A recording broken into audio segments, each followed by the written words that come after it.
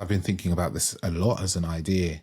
Like, how does the negativity around men impact men, but not just men, but boys? Because I've got a son, he's 1 year old. I've got a nephew, he's 5 years old.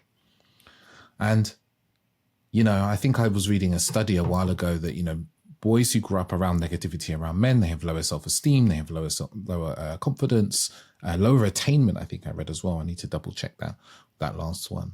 But it is this, like, how does this impact us as a man? Like this kind of rhetoric. And then I guess the other thought that came to me, I'd love to hear, where you're standing at this, is as I'm imagining as you've grown up and maybe you've become more empathetic, more emotionally attuned, emotionally aware. And is there any correlation between loss of spark and emotional attunement for you, or emotional awareness? Yeah, I think there's definitely a risk of, it's a really exciting journey to become more emotionally aware of myself and improve my emotional intelligence. But I do think there's a balance with it, because you can then go so far that you start to overanalyze everything. You overanalyze your behavior or the behavior of others. But sometimes it's just letting go and taking things back to basics and kind of navigating life based on how you feel in that moment and what you want to do in that moment. And if you want to go and have 3 or 4 beers with the boys, go and have 3 or 4 beers with the boys, rather than, oh no, but if I have these 3 or 4 beers, then my sleep's going to be ruined. It's going to really mess up my next day. And I always feel anxious after some beers, and which is obviously very valid. But I do think there's definitely a balance to be found there, where you can overthink your emotions and almost become paralyzed, rather than just living in the moment and enjoying yourself, and by living in the moment, enjoying yourself, that really helps with the spark and the confidence and just kind of just being a bit more free. And yes. And like, there's this interesting kind of spectrum I'm also kind of thinking as you're speaking, in that you've got, say, like, almost totally in your emotions and feelings, and even really in the reaction of other people's feelings and emotion. Maybe this spectrum isn't so clear cut, listeners. I'm just kind of riffing here. And there's the kind of like disconnection from emotions on the other side here, like really disconnected, not feeling. And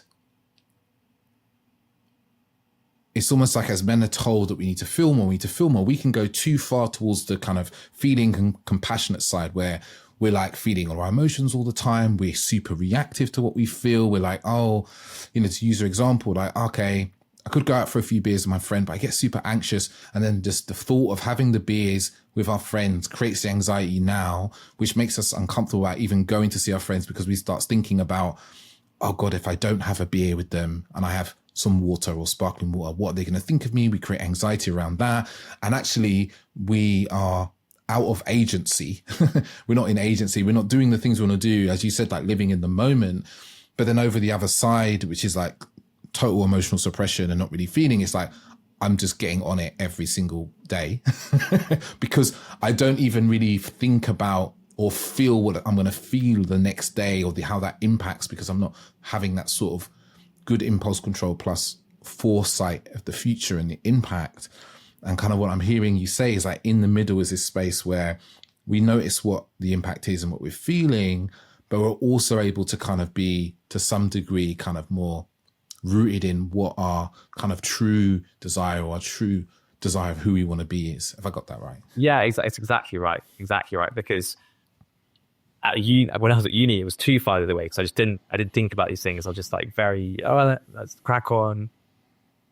Which was great. And then I think I probably over the years maybe got too far the other way. So I think I'm kind of now on this balancing act, which for me ties in. You talked about men trying to express their emotions more. I think there's also a lot around men need to talk more, men need to talk more, men need to talk more, which is a great message.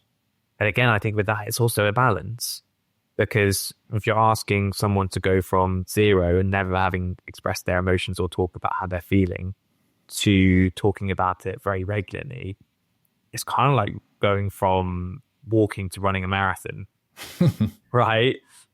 Whereas what I think we should be aiming for is, well, let's go from couch to 5K, and that kind of be a happy medium. Like, we're kind of not asking too much, we're just asking for a little. If you express your emotion or you share how you're feeling once every 6 months, great. Because if you were never doing that, like, that's such a win.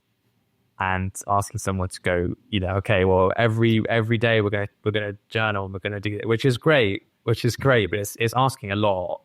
So I think with lots of this stuff, there is that balance to be found somewhere in the middle. And there's like the gradual ramping up, you know, because when you say couch to 5K, I remember the first time I ran a 10K is probably, I was never a runner really. I never enjoyed running really. And I started to run maybe 10 or maybe 8 years ago.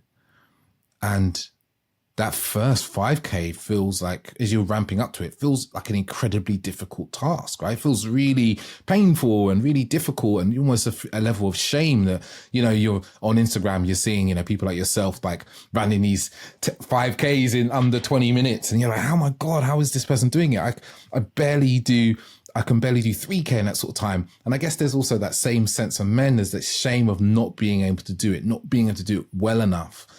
That, like with people who want to run, can often just stop them from even really starting and getting on the journey. Yeah.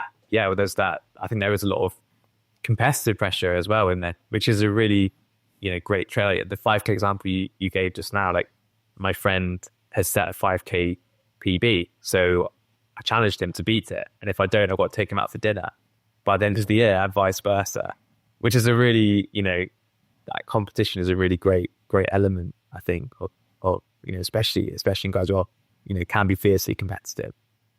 But then there is that pressure of, well, what if I'm not very good at it? I don't want to be bad at that. I don't want to try it. I don't want to be bad at it. And I think, you know, the same goes for talking about how you're feeling or expressing those emotions. I don't want to be bad at it, you know. But also, I think it's sometimes the danger with this stuff is that you might, in the couch to 5K example, you go for your first ever run off the couch, and it might be a pretty unpleasant experience. It might not go very well. And so when, I think with guys, that emotional expression piece or sharing how you're feeling, you might do that, but you might get a not so great response from a mate. Not in a malicious way, they just don't know what to say or don't know how to react. And again, going back to the running example, you might then never want to run again because that was quite an unpleasant experience. You put yourself out there, but it didn't work out for you. So I think there's something to be mindful of as well.